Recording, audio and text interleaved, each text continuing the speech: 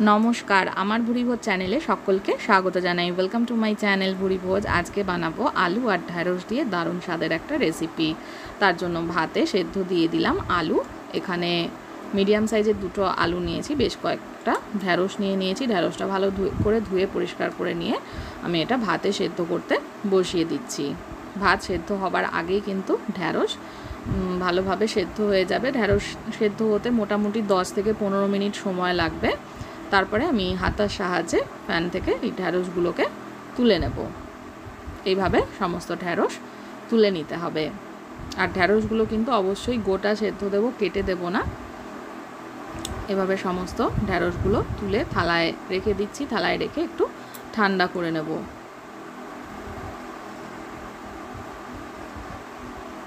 দেখুন, এটা একটু ঠান্ডা হয়ে গেছে। এবার হাতের সাহায্যে এইভাবে মাথাটা ফেলে দিতে হবে।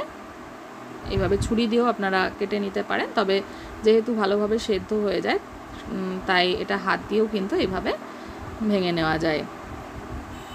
ভাত হবার সাথে সাথে কিন্তু আলুও সেদ্ধ হয়ে গেছে ভালোভাবে। আলুটা আমি তুলে নিয়েছি, এবার মেখে নেব। এখানে 2টো কাঁচা লঙ্কা ব্যবহার করেছি। ঝালটা আপনাদের পছন্দ মতন ব্যবহার করবেন। নুনের ওপরে দিয়ে কাঁচা লঙ্কাটা ভালো করে ডলে নেব। চাইলে আপনারা ভাজা শুকনো লঙ্কারও ব্যবহার করতে পারেন। অনেক ক্ষেত্রে শুকনো লঙ্কা অনেকের খাওয়া বারণ থাকে, তাই আমি এটা শুকনো লঙ্কা ছাড়াই তৈরি করছি। চাইলে আপনারা শুকনো লঙ্কা ভালো করে ভেজে নিয়ে তেলে এইভাবে নুনের ওপরে ডলে নিতে পারেন। ভালোভাবে কাঁচা লঙ্কাটা ডলে নিয়েছি। আর চাইলে আপনারা এটা শুধু ঢ্যাঁড়স দিয়েও কিন্তু ভর্তাটা তৈরি করে নিতে পারেন। এবার আমি কাঁচা পেঁয়াজ, মিডিয়াম সাইজের 2টো কাঁচা পেঁয়াজ কুচিয়ে রেখেছিলাম, সেটা দিয়ে দিলাম। এবার এই সমস্ত উপকরণগুলো ভালো করে মেখে নেব। তার আগে এর মধ্যে দিয়ে দেবো বেশ খানিকটা কাঁচা সর্ষের তেল। ভীষণই সুস্বাদু হয় এই রেসিপিটা দিয়ে, কিন্তু আপনারা এক থালা ভাত অনায়াসে খেয়ে নিতে পারবেন। আর ঝটপট হয়ে যাবে, আর হেলদি একটা রেসিপি।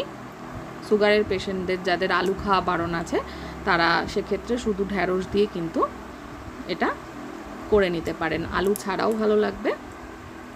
এবার আমি সমস্ত কিছু হাত দিয়ে খুব ভালোভাবে চটকে মেখে নেব। এখনও কিন্তু আরও একটা উপকরণ দেয়া বাকি আছে। এইভাবে আমি সমস্ত ঢ্যাঁড়স আর আলুগুলো চটকে মাখিয়ে নিচ্ছি। খুব সুন্দর একটা ফ্লেভার আসে, যাতে মাখাতেই কিন্তু জিভে জল চলে আসবে, এরকম একটা রেসিপি।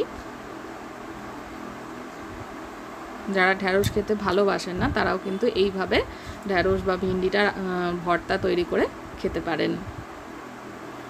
আর এই ভর্তাটা কিন্তু কাঁচা পেঁয়াজ দিয়ে বেশি ভালো লাগে।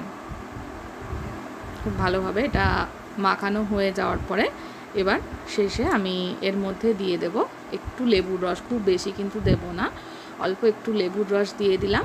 দিয়ে এটাকে ভালো করে মেখে নেব। ভালো করে মেখে নিয়ে এটা গরম ভাতের সঙ্গে সার্ভ করে দিতে হবে। খুব ভালো করে মেখে নিয়েছি, এবার সার্ভ করে দেবো। এবার একটা পাত্রে তুলে নিয়েছি। এবার সার্ভ করার সময় এর মধ্যে একটা কাঁচা লঙ্কা আরও দিয়ে দিলাম, আর আরও একটু কাঁচা সর্ষের তেল দিয়ে সার্ভ করব। রেসিপিটা ভালো লাগলে আমার চ্যানেলটাকে সাবস্ক্রাইব করতে ভুলবেন না।